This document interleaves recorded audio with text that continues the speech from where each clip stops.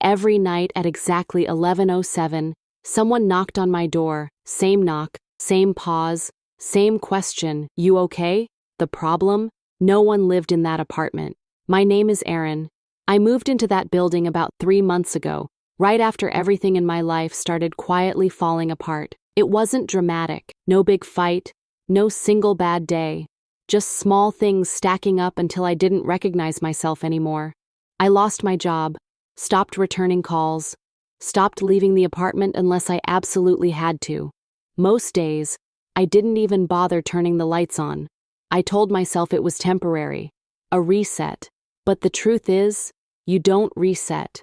You just sit in a different room with the same thoughts. The first time I heard the knock, I almost didn't get up. It was late.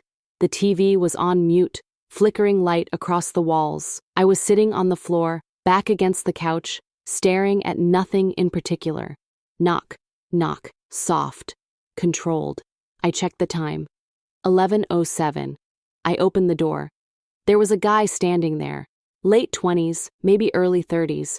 Nothing unusual about him, and somehow that made him harder to remember. Like my brain couldn't hold onto his face properly. He looked at me for a second, like he was studying something. Then he asked, "You okay?" I let out a small laugh, more out of habit than anything. "Yeah, I'm fine." He didn't react to that, just nodded, slow, almost disappointed. Then he turned and walked away.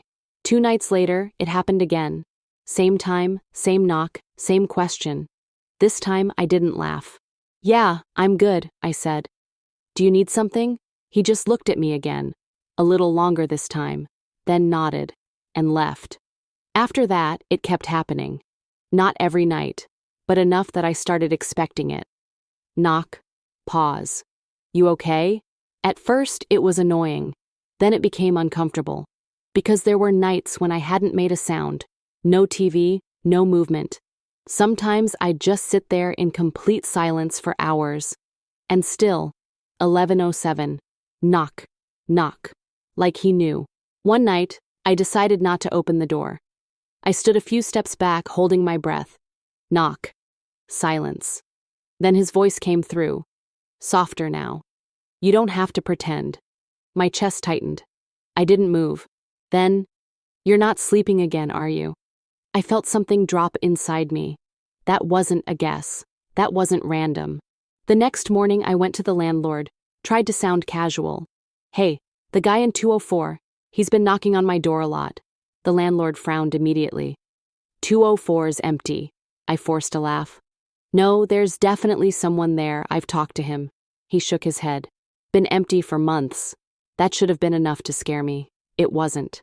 I went back to my apartment and tried to explain it away. Maybe he was staying there without permission. Maybe the landlord didn't know.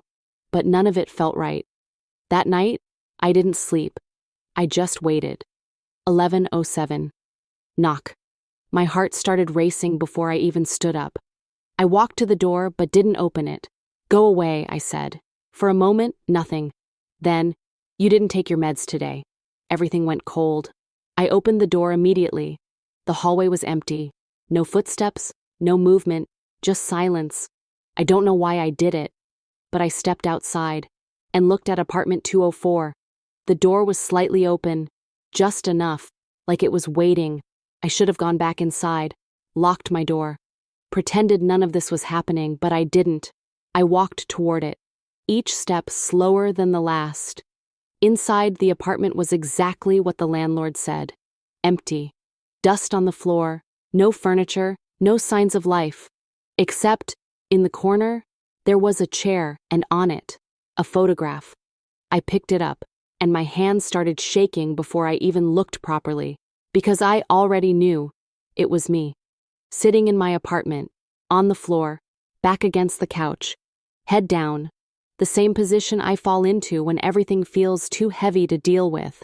I turned it over, and my chest tightened instantly, because the handwriting was mine, messy, slightly rushed. It said, "Check on him. He won't ask for help." I don't remember dropping the photo. I don't remember stepping back. I just remember standing there, trying to understand something I already knew. The knocking, the voice, the questions. It wasn't someone watching me. It wasn't a neighbor. It was something I had ignored for too long. A part of me that still noticed, still cared, still tried, even when I didn't. Because the truth is, somewhere along the way, I stopped asking myself if I was okay. I stopped answering honestly. I stopped checking in. I just existed, quietly. That night, there was no knock, no voice, no one outside my door, just silence. Real silence. For the first time in weeks, I stood up, walked to the mirror, actually looked at myself, not just glanced, looked, and I said it, out loud. You okay? My voice didn't sound like mine. It sounded unfamiliar, like I hadn't used it properly in a long time.